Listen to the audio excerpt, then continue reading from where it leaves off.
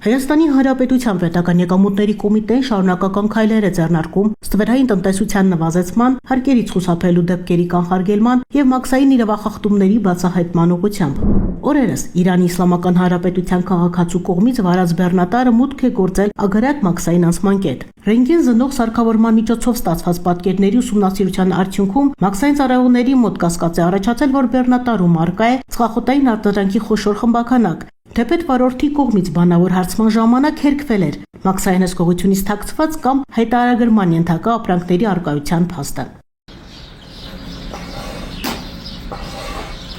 Շվաքարանում վարչության մաքսային սպասարկման եւ հսկողության թիվ 14 բաժնի աշխատակիցների իրականացված մաքսային զննության արդյունքում կիսակցորդի բեռնախցիկի միջից հայտնաբերվել է չհայտարարագրված 10,760 տուփ տարբեր գրառումներով ծխախոտային արտադրանք։ Ոչ օրինական ճանապարհով ծխախոտի ներմուծման փորձը կանխվել է։ Հայտնաբերված ծխախոտային խմբաքանակն առգրավել է։ Իրանի Իսլամական Հանրապետության քաղաքացի ՄԱ-ի նկատմամբ կազմվել է մաքսային կանոնների խախտման վերաբերյալ արձանագրություն, համաձայն մաքսային կարգավորման մասին օրենքի 316-րդ հոդվածի հատկանիշներով։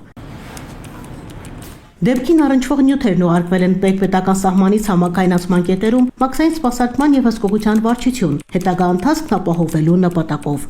Պետական եկամուտների կոմիտեի տեղեկատվության եւ հասարակայնության հետ կապերի բաժին։